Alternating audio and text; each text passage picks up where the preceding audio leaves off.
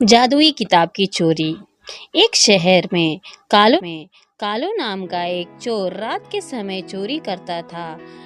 चोरी करते समय कालू बहुत होशियारी से काम लेता था। कालू के घर में उसकी पत्नी कोमल और एक 5 साल की बेटी थी।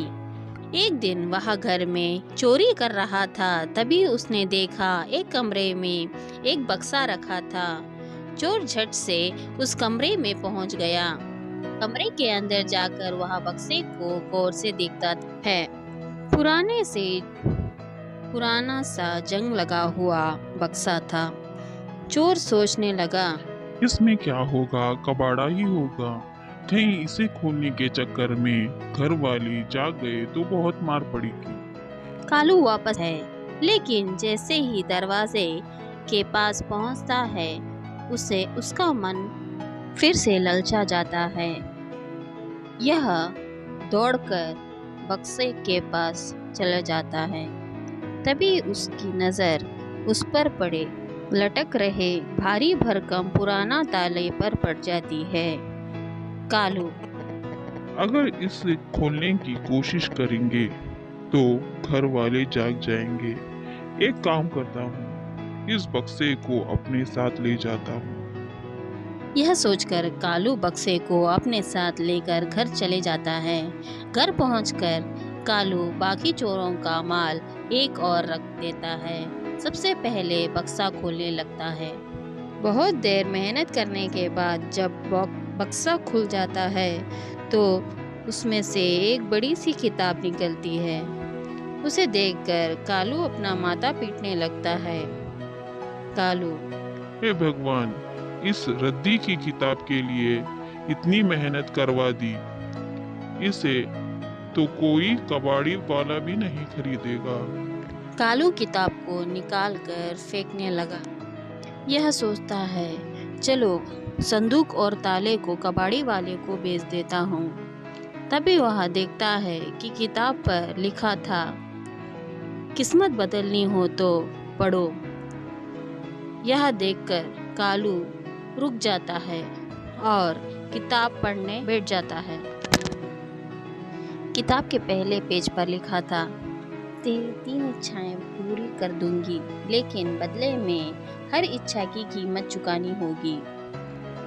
कालू अगला पेज पलटाता है।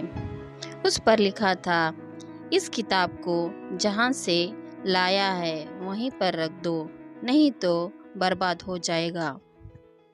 ठीक उसके सामने के पेज पर लिखा था, अपनी पहली इच्छा बता, लेकिन कीमत चुकाने के लिए तैयार रहना।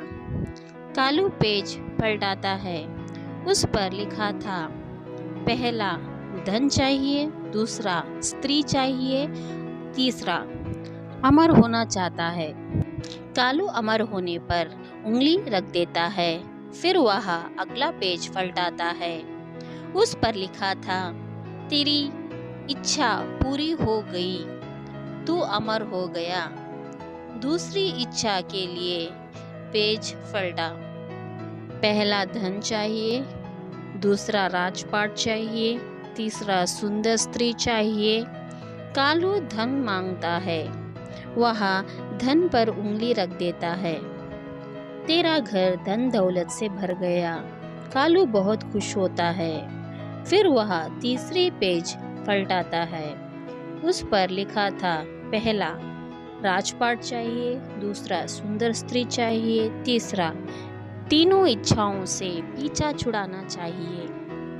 कालू इस बार राजपाट पर उंगली रख देता है। फिर वह अगले पेज पलटाता है। उस पर लिखा था, तुझे कल राजगद्दी मिल जाएगी। अब कीमत चुकाने की बारी है। पेज पलटा। कीमत चुकाने के लिए अगला पेज पलटाएं। कालू जैसे ही अगला पेज पलटाता है, उस पर लिखा था, मुझे तेरा बेटा चाहिए। यह पढ़कर कालू रोने लगा। कालू, हे भगवान, जब मेरा बेटा ही नहीं रहेगा तो मैं अमर रहकर क्या करूँगा। वह जल्दी से दूसरे पेज पलटाता है। उस पर लिखा था, तेरी पत्नी चाहिए। यह पढ़कर कालू पागल सा हो जाता है। जब पत्नी और बेटा ही नहीं रहेंगे तो मैं अकेला क्या करूँगा। वह रोते हुए तीसरा पेज पलटाता है।